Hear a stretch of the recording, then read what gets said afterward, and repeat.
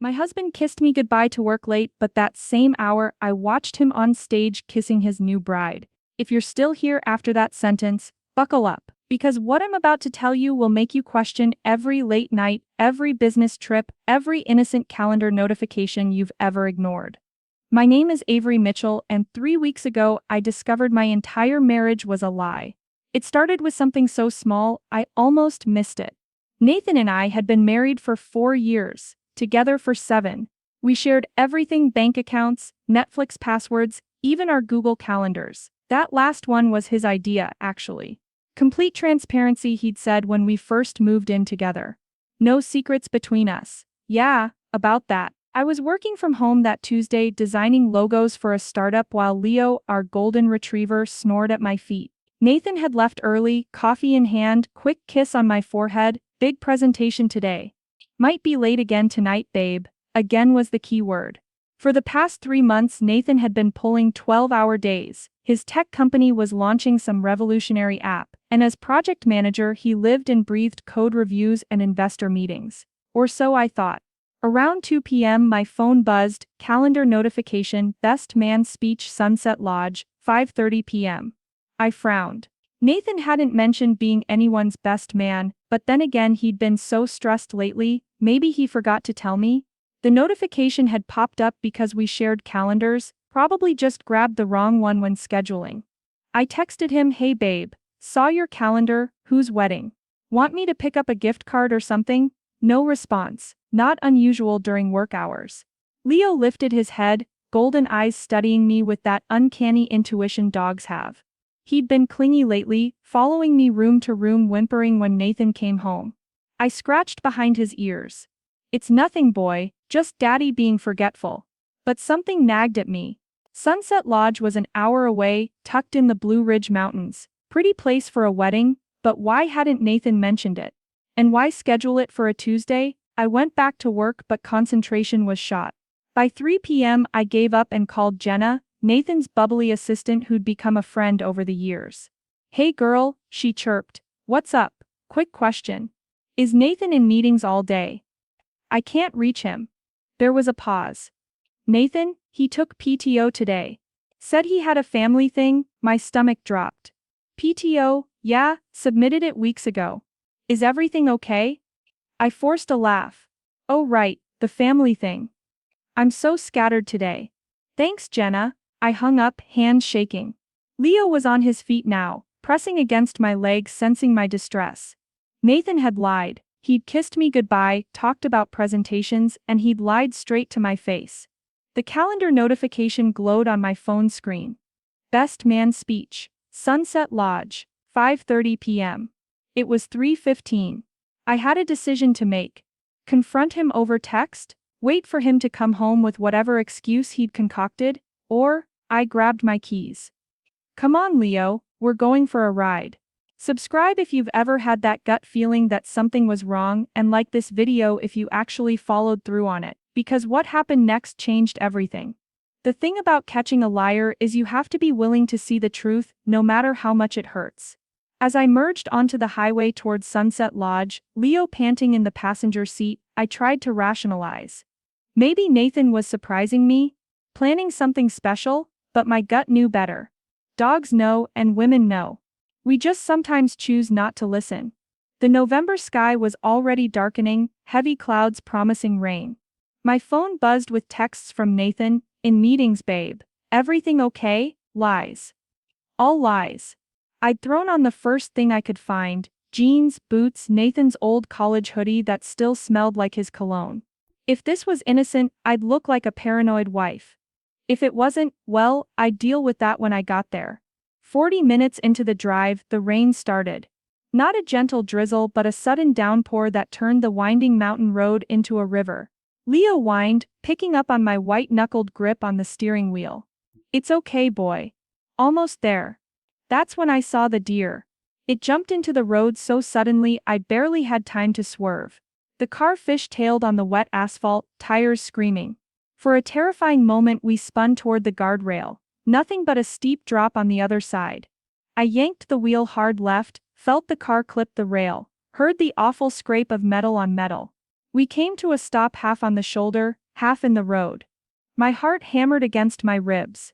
Leo was yelping, more scared than hurt, but when I checked him over, I found a small cut on his paw from something in the car. Oh baby, I'm so sorry. I used my scarf to wrap his paw, hands still trembling. The car's right side was scraped to hell, but it still ran. I could have died. We could have died. And for what? To catch my husband in a lie? But I'd come this far. The rain had slowed to a drizzle by the time I pulled into Sunset Lodge's parking lot. The place was gorgeous, rustic wood and stone buildings nestled against the mountain, twinkling lights strung between trees. Very intimate, very romantic, very not the kind of place you'd forget to mention to your wife. I parked in the back, leaving Leo in the car with the windows cracked. I'll be right back, boy. Promise. The parking lot was full of cars I didn't recognize. No huge wedding then, maybe 30 or 40 people. I pulled the hoodie up over my hair and made my way toward the main building, staying in the shadows. Through the windows I could see them. Wedding guests mingling with champagne glasses, all dressed in elegant fall colors. And there, near the stone fireplace, was Nathan. My Nathan, in a perfectly tailored charcoal suit I'd never seen before, laughing with a group of people I didn't know. He looked happy. Relaxed. Nothing like the stressed, overworked husband who'd been coming home late for months. My phone buzzed. Another text from him, presentation went great. Grabbing drinks with the team to celebrate. Don't wait up. Love you. I wanted to throw my phone through the window. But then someone called out, hey best man, speech time soon. Nathan raised his champagne glass in acknowledgement, that easy smile I'd fallen in love with lighting up his face. So it was true. He really was the best man. Which meant this was just a misunderstanding, and I was the world's most paranoid wife. I turned to leave, embarrassment burning my cheeks.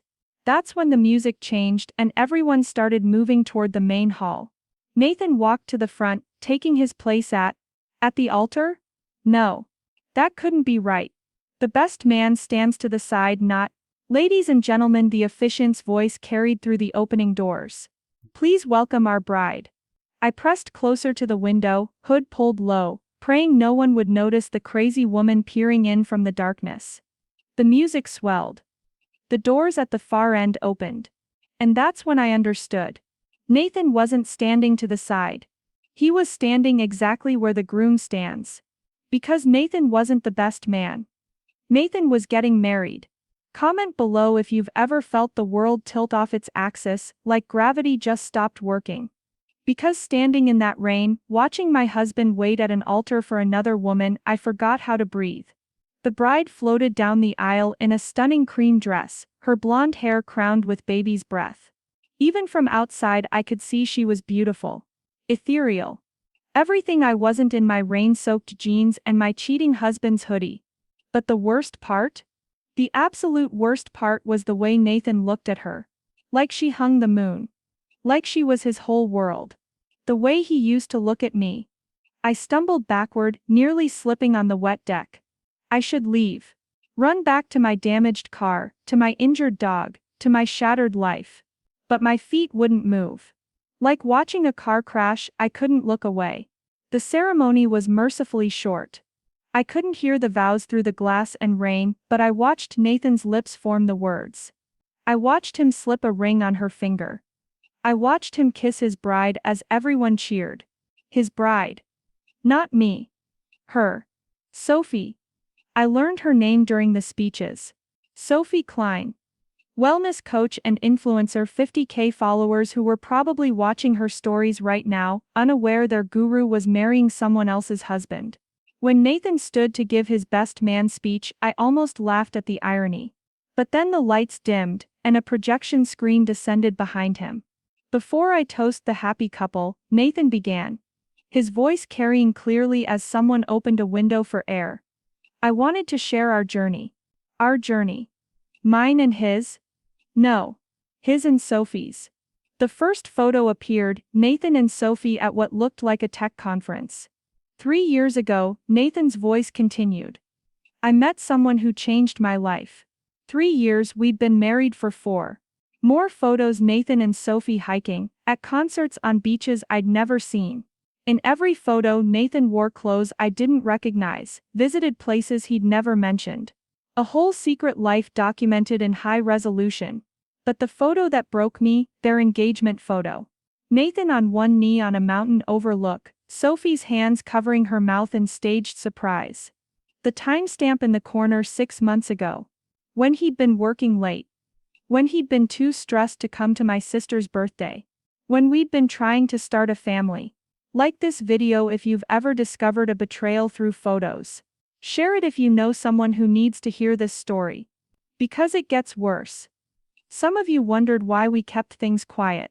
Nathan continued, champagne glass raised. Why the Tuesday wedding? Why the intimate guest list? Truth is, when you know, you know. And we didn't want to wait another day. The room burst into applause. Sophie wiped away a tear, picture perfect even in her emotion. Nathan pulled her close, kissing her forehead with such tenderness I thought I might vomit. I backed away from the window, finally able to move. But as I turned, my hood fell back, and in that moment Nathan glanced toward the window. Our eyes met.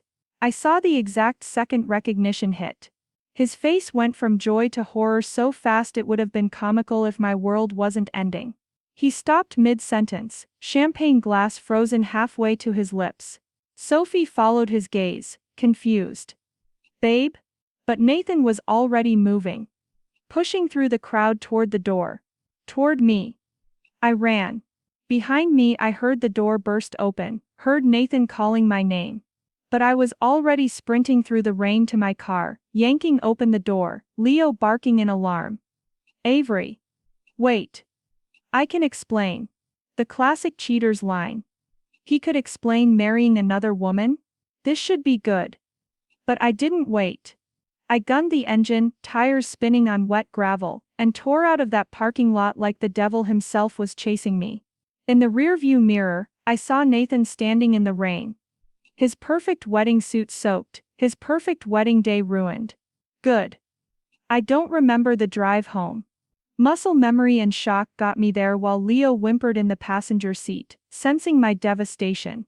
The rain had stopped, leaving everything feeling too quiet, too still. Like the world should have ended but forgot to.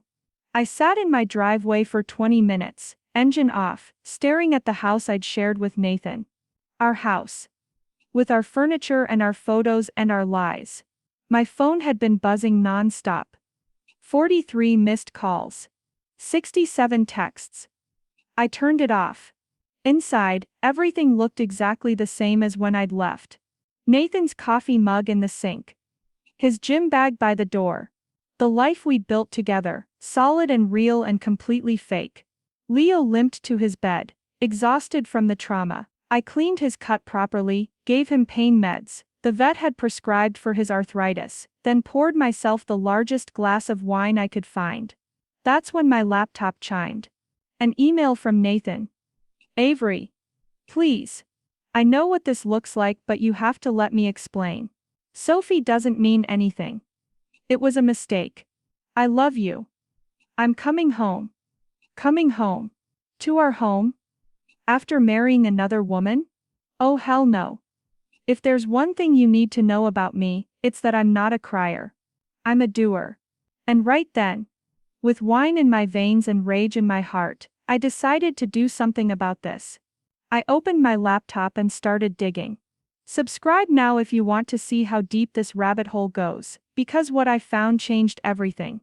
First, I checked our bank accounts. Financial infidelity often comes before the physical kind. Sure enough, there were charges I'd missed. Hotels when he was supposedly at the office. Jewelry stores when I hadn't received any gifts. A venue deposit for Sunset Lodge from 6 months ago. But the real gold mine. His email. We shared passwords. Remember? Complete transparency, he'd said. Apparently Nathan forgot that worked both ways. I found a whole folder labeled S, buried in his archives. 3 years of emails between Nathan and Sophie.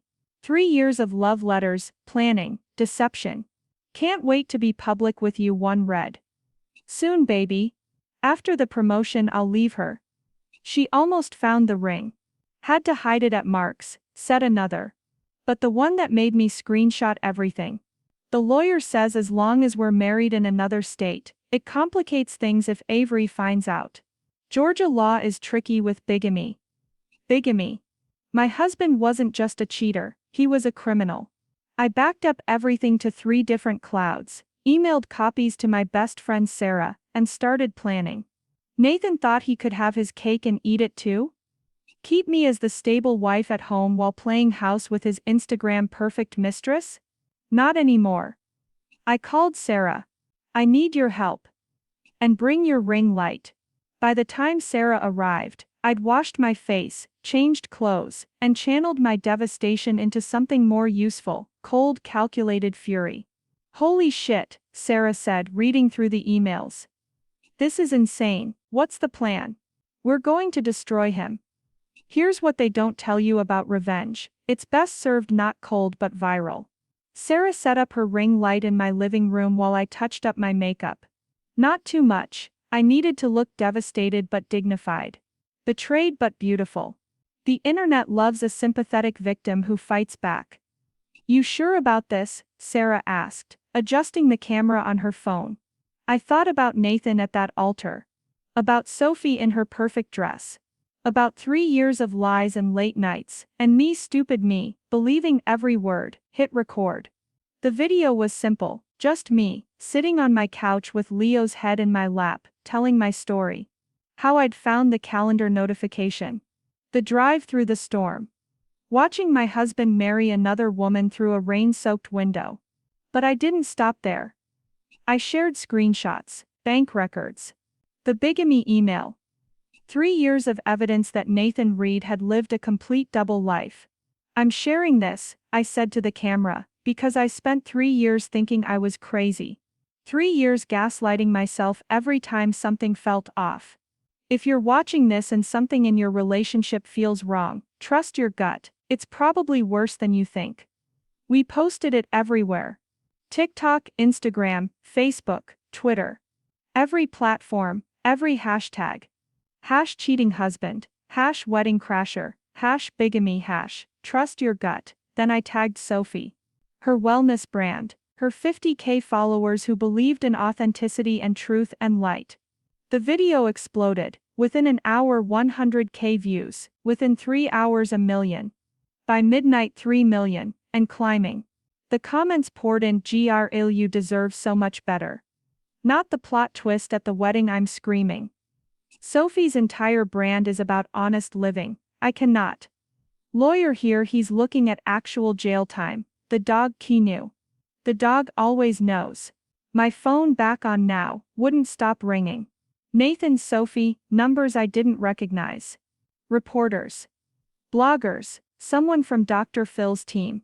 But the text that made me smile? From Sophie, I didn't know. Oh my God, I didn't know. I'm so sorry, he told me you were divorced. I almost felt bad for her. Almost, but she dated him for 3 years. Never questioned why she couldn't visit his place.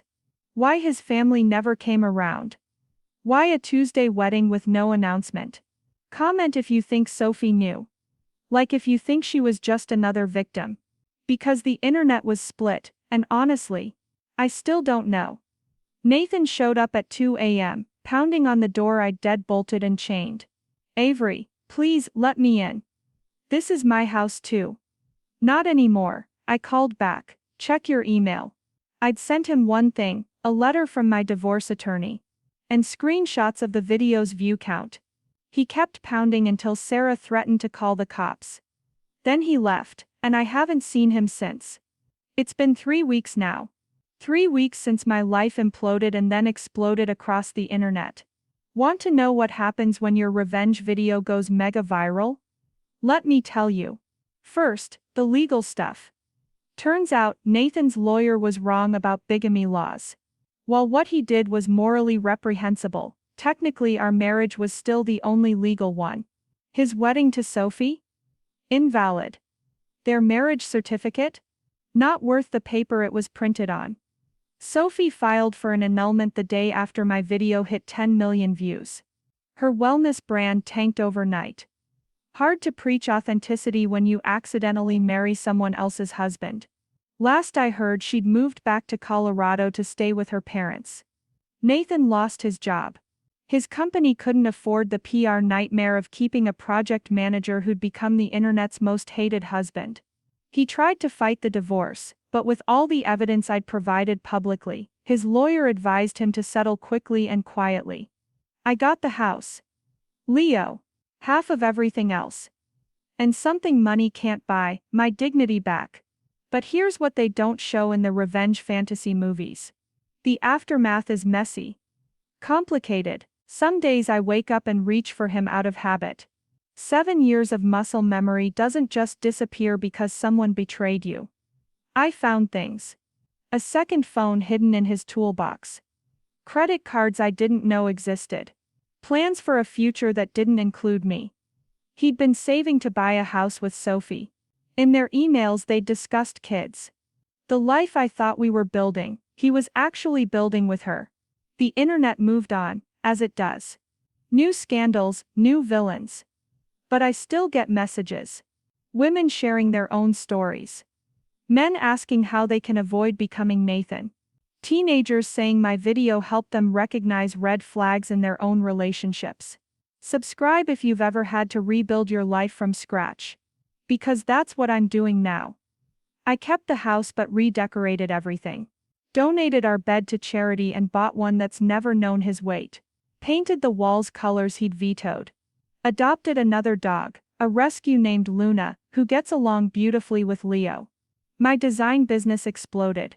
Turns out, the woman who exposed her bigamist husband is great for brand recognition.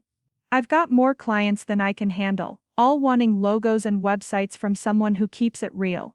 But the best part, the part that makes everything worth it. Last week, I was hiking with Leo and Luna at our favorite trail. The same one I'd cried on 3 weeks ago, wondering how I'd missed the signs. This time I wasn't crying. The dogs were happy, tails wagging, and the sunset was painting the mountains gold. My phone buzzed, a text from an unknown number. This is Sophie. I wanted to say thank you for posting that video. For saving me from a life of lies. I'm getting therapy now, working on why I ignored the red flags. I hope you're healing too. I didn't respond. Wasn't ready for that conversation. Maybe never would be. But I appreciated the message. As we walked back to the car, Leo limping slightly but still smiling in that way. Golden retrievers do, I realized something. Nathan had given me a gift, in the most twisted way possible. He'd shown me exactly how strong I was. How much I could survive. How spectacular my life could be without someone who didn't deserve me. I still have bad days. Still have moments where I question everything. Was I too harsh? Should I have handled it privately? But then I remember him standing at that altar kissing another woman in front of God and everyone, while I sat at home believing his lies. No, he made his choices. I just made sure everyone knew about them. If you've made it this far, do me a favor. Trust your instincts. If something feels wrong, investigate. Don't let anyone gaslight you into doubting yourself. Your intuition is there for a reason. And if you're Nathan or Sophie watching this, yeah, I know you are, I hope you both learned something. I hope you're better people now. But I also hope you stay the hell away from me and my dogs. To everyone else. Like this video if you believe in karma. Comment your own survival stories. Subscribe if you want to follow my journey of rebuilding and thriving. Because that's what I'm doing now. Thriving. One day, one design project, one sunset hike at a time. My name is Avery Mitchell. My husband lied about working late and married another woman. But I'm the one who got the happy ending. And Leo, he's sleeping at my feet right now, finally at peace. Dogs always know. We should listen to them more often. If this story gave you chills, like this video so more women can see the red flags. Comment your thoughts, or your own survival story. Subscribe for more real, raw, and revenge-worthy stories. Because sometimes the best way to get even is to go viral. Thanks for watching. And remember, the best revenge isn't just living well. It's living well and making sure everyone knows it.